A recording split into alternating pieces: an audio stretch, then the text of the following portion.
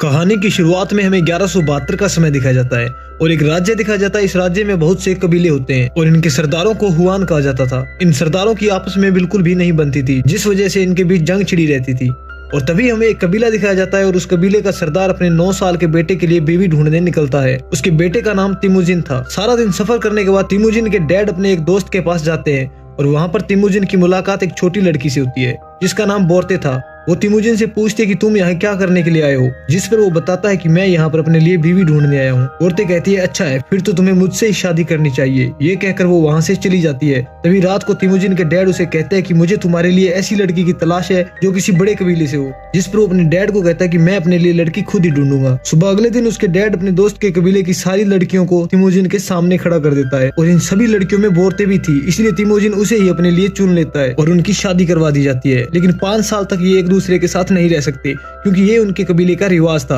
और जाते वक्त तिमुजिन एक लॉकेट उसे गिफ्ट में देता है और कहता है कि मैं जल्द ही तुम्हारे पास आऊंगा, बस तुम मेरा इंतजार करना, हम जल्द ही वापस मिलेंगे। और ये कहकर वो वहाँ से चला जाता है। काफी देर चलने के बाद ये एक जगह पर आराम करने के लिए रुकते हैं और वहाँ पर ये एक और कबीले को देखते हैं जिसका सरदार तिमुजिन के डैड के लिए एक दूध का प्याला भेजता है, जिसका मतलब ये था कि वो लोग इनसे दोस्ती करना चाहते हैं और इसके बदले तिमुजिन भी उन्हें एक दूध का प्याला भेजते हैं। तभी तिमुजिन के डैड का एक साथी कहता है पहले आपको किसी और को दूध पिलाना चाहिए, और वो उस सरदार का भरोसा जीतना चाहते थे, इसलिए वो पूरा प्याला खुद ही पी जाते हैं। अब थोड़ा आगे जाते हैं और तभी तिमुजिन के डैड घोड़े से नीचे गिर जाते हैं और उनकी मौत हो जाती है। और यहाँ पर हमें पता चलता है कि ये उस कबीले के सरदार की एक चाल थी और उसने दूध में जहर मिलाया था। तिमुजिन के डैड के मरने के बाद उनके कबीले के सभी लोग उसकी लाश को वहीं छोड़कर वहां से निकल जाते हैं, क्योंकि उनका मानना था कि अब उन्हें अगर जिंदा रहना है तो किसी दूसरे मजबूत कबीले का हिस्सा बनकर रहना पड़ेगा। तिमुजिन के डैड के मरने के बाद उनका एक खास आदमी उनके कबीले के सभी लोगों को अपने साथ ले जाता है और सभी जानवरों पर भी अपना कब्जा कर लेता है। और उस आदमी को जाते हुए तिमुजिन की माँ कहती है कि तुम अच्छा नहीं कर रहे हो और जिस दिन मेरा बेटा बड़ा होगा वो तुम्हें मौत के घाट उतार देगा और तुमसे बदला लेगा। और वो आदमी सोचने लगता है कि क्या पता ये बच्चा सच में बड़ा होकर मार दे, इसलिए वो तिमुजिन को मारने का फैसला करता है। पर उनके कबीले का ये रिवाज था कि वो बच्चों और औरतों को नहीं मारते थे, इसलिए वो तिमुजिन की लंबाई नापता है। वो एक पहिए से तिमुजिन की लंबाई नापने लगता है, लेकिन तिमुजिन उस पहिए से काफी छोटा था, इसलिए उसको बच्चा करार देकर छोड़ दिया जाता है। और जाते वक्त वो आदमी तिमुजिन की माँ से कहता है कि अगले साल मैं इसे मारने जरूर आऊंगा। कुछ समय बाद वहाँ पर सर्दी का मौसम आता है और तिमुजिन के पास छुपने की कोई भी जगह नहीं होती और तभी उसे अपने डैड की एक बात याद आती है।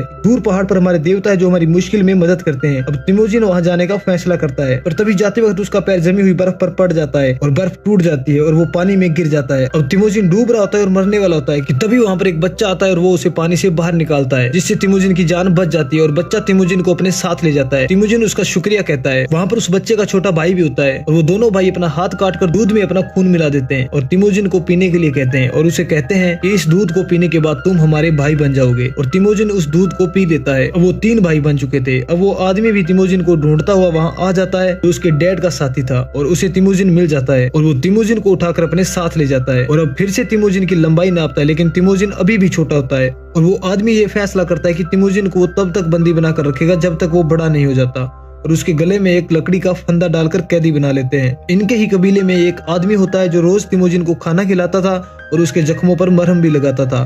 अब एक दिन फिर से वो आदमी आकर तिमुजिन की लंबाई नापता है, लेकिन तिमुजिन अभी भी छोटा होता है। और अब एक दिन बहुत तेज बरसात हो रही होती है और सब लोग अपने अपने खेमों में चले जाते हैं और तिमुजिन के पास वही आदमी आता है जो रोज उसे खाना खिलाता है। वो इस बात का फायदा उठाकर तिमुजिन को आजाद कर देता है और कहता है भाग जाओ यहाँ से। अब तिमुजिन उस भारी फंदे के साथ ही भागते भागते उस पहाड़ी तक पहुंच जाता है जहाँ पर उनके देवताओं का मंदिर है, जिसके बारे में उसके पिता ने उसे बताया था। अब तिमुजिन यहाँ रहना शुरू कर देता है और देखते देखते 14 साल बीत जाते हैं। अब तिमुजिन अब बड़ा हो जाता है पर आज भी वो अपने दुश्मनों से भाग रहा है और वो उनका पीछा कर रहे होते हैं। और काफी सालों के बाद वो फिर से तिमुजिन को पकड़ लेते हैं और एक बार फिर उसे उसी तरह से बंदी बना दिया जाता है जिस तरह से बचपन में उसे बनाया था। उसके बाद वो आदमी उसके पास आता है और तिमुजिन से कहता है कि तुम मुझसे जान की भीख मांगो, लेकिन तिमुजिन कहता है भले ही मैं मर जाऊं लेकिन तुमसे जिंदगी की भीख नहीं मांगूंगा। इससे उसे और भी गुस्सा आ जाता है और वो कहता है अब मैं तुम्हें तड़पाऊंगा। इसके बाद वो उसके साथ अत्याचार करना शुरू कर देता है। एक रात को कबीले के लोग जश्न मना रहे होते हैं तो वो आदमी नशे की हालत में तिमुजिन के पास आता है। इस बात का फायदा उठाकर तिमुजिन उस पर हमला कर देता है और उसे मार देता है और वहाँ से भाग जाता है। यहाँ से भागने के बाद वो सबसे पहले उस लड़की के पास जाता है जिसको उसने लॉकेट दिया था, जिससे उसकी शादी हो गई थी और जिसका नाम बोरते था। और अब वो बोरते को लेकर अपनी माँ और अपनी बहन के पास जाता है और वहाँ पर वो अपने परिवार के साथ खुशी खुशी रहना शुरू कर देता है। लेकिन एक दिन दूसरे कबीले वाले उस पर हमला कर देते हैं और यहाँ से बोरते को उठाकर ले जाते हैं। दरअसल इस कबीले का सरदार जब छोटा था तो तिमुजिन के पिता ने इस कबीले के ऊपर हमला किया था और इस सरदार की मॉम को उठाकर ले गया था। तब इस बच्चे ने कसम खाई थी कि जब ये बड़ा हो जाएगा तो बदला लेगा और इसलिए वो तिमुजिन की पत्नी को उठाकर ले गया है। अब वो किसी भी तरह से अपनी पत्नी को वापस चाहता है, पर तिमुजिन के पास इतनी सेना नहीं है और ना ही इतनी शक्ति है कि वो उस कबीले के साथ जंग लड़ सके। इसलिए वो अपने बचपन के भाइयों के पास जाता है, जिसने उसे झील में डूबने से बचाया था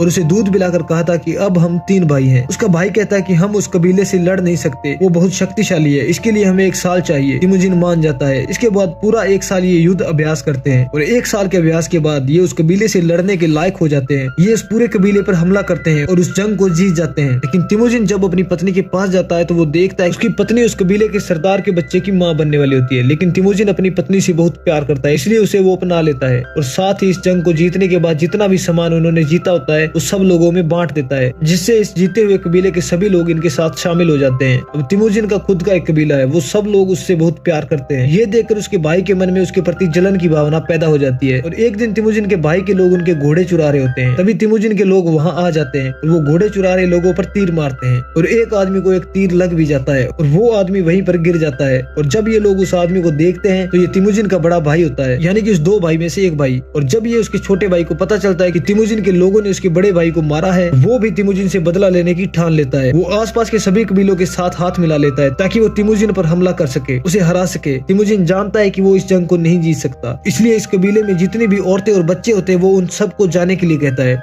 ताकि वो सुरक्षित जगह पर पहुंच सके। अब तिमुजिन उनका सामना करता है, वो ये जंग हार जाता है। इसके बाद तिमुजिन को बंदी बना लिया जाता है और अब तिमुजिन का भाई उसे मारता नहीं है बल्कि दूसरे कबीले को दे देता है और वो तिमुजिन को बंदी बनाकर एक शहर में ले जाते हैं ताकि उसे बेच सके। पर तिमुजिन को कई दिनों तक कोई नहीं खरीदता। एक दिन वहाँ पर एक राजा आता है जो तिमुजिन को खरीद लेता है और अपने शहर के बीचों बीच एक पिंजरे में कैद कर देता है। यहाँ पर सब के सब लोग तिमुजिन पर हंसते हैं। यहाँ पर एक बुद्धिस्ट मॉन्क भी होते हैं जो बार बार तिमुजिन के पास आते हैं, उससे बार बार बात करते हैं, जिससे उन्हें पता चलता है कि तिमुजिन काफी पोटेंशियल है, वो आगे चलकर कुछ बड़ा काम करेगा। तिमुजिन एक दिन अपना बोन लॉकेट उस मॉन्क को देता है। ये वही लॉकेट होता है जो बचपन में उसने अपनी पत्नी को दिया था और कहता है कि क्या तुम इसे मेरी पत्नी तक पहुंचा सकते हो। तो वो मॉन्क कहता है कि मैं पहुंचा तो दूंगा, लेकिन तुम मुझसे एक वादा करो कि जब तुम इस राज्य पर कब्जा करोगे तो यहाँ पर जितने भी मॉन्क है उन्हें अलग कर दोगे, उन पर किसी भी तरह का जुल्म नहीं होने दोगे। तिमुजिन उससे वादा करता है कि मैं ऐसा ही करूंगा और इसके बाद वो मॉन्क वो लॉकेट लेकर उसकी पत्नी को ढूंढने निकल पड़ता है। कई दिनों महीनों तक चलने के बाद वो एक भीड़ से गुजर रहा होता है और वहाँ पर उसकी मृत्यु हो जाती है। पर तिमुजिन की किस्मत अच्छी होती है कि तिमुजिन की पत्नी वहाँ पर आ जाती है। वहाँ पर उसे तिमुजिन का वो लॉकेट मिलता है जिससे वो समझ जाती है कि तिमुजिन अभी जिंदा है और वो तिमुजिन को ढूंढते ढूंढते उस शहर तक पहुंच जाती है जहाँ पर उसे बंदी बनाकर रखा गया होता है। वहाँ पर वो एक सिपाही को पैसे देती है, यानी कि रिश्वत, और तिमुजिन को निकाल कर अपने साथ ले आती है। तिमुजिन एक बार फिर से अपनी पत्नी के साथ अपने बच्चों के साथ पहुंच जाता है जहाँ पर वो खुश होता है। एक दिन उसकी पत्नी कहती है कि जितने भी सरदार होते हैं वो एक दूसरे पर हमला करते हैं, एक दूसरे पर जुल्म करते हैं। तिमुजिन को एहसास होता है कि उसे एक बड़ा राज्य बनाना चाहिए, इसलिए वो अपने परिवार को छोड़कर निकल जाता है। वो सभी कबीलों से मिलता है जिनके साथ मिलकर एक बड़ी आर्मी बनाता है और जिसमें वो तय करता है कि कभी कोई औरत और बच्चे पर जुल्म नहीं करेगा, ना ही कोई अपने सरदार को धोखा देगा और हम मरते दम तक लड़ेंगे। और सन 1196 में वो अपनी एक बड़ी आर्मी बना लेता है, लेकिन अब भी वो राजा नहीं बना होता क्योंकि उसके सामने एक और बड़ी सेना होती है जो उसके भाई की होती है। हालांकि तिमुजिन अपने भाई की आर्मी के साथ अपने भाई के साथ लड़ना नहीं चाहता, लेकिन अब उसके पास कोई भी ऑप्शन नहीं है। इन दोनों सेनाओं के बीच एक भयानक जंग होती है। तिमुजिन जीत जाता है, लेकिन वो अपने भाई की सेना के जो पकड़े हुए सैनिक होते हैं उन्हें मारता नहीं है बल्कि अपनी सेना का एक हिस्सा बना लेता है। जबकि अब से पहले ये रूल हुआ करता था कि पकड़े हुए सैनिकों को मार दिया जाता था। वो अपने भाई को भी पकड़ लेता है जिसे वो बंदी नहीं बनाता बल्कि उसे छोड़ देता है और 1206 आते आते वो पूरे मंगोल का राजा बन जाता है, जिसके बाद तिमुजिन को चंगेज खान के नाम से जाना गया। हालांकि उसने पूरी दुनिया पर राज किया, पर चंगेज खान एक क्रूर इंसान था जिसने हजारों लाखों बेगुनाह लोगों को मारा, जो कि इंसानियत के लिए एक शर्म की बात है। और इसी के साथ इस मूवी का अंत हो जाता है।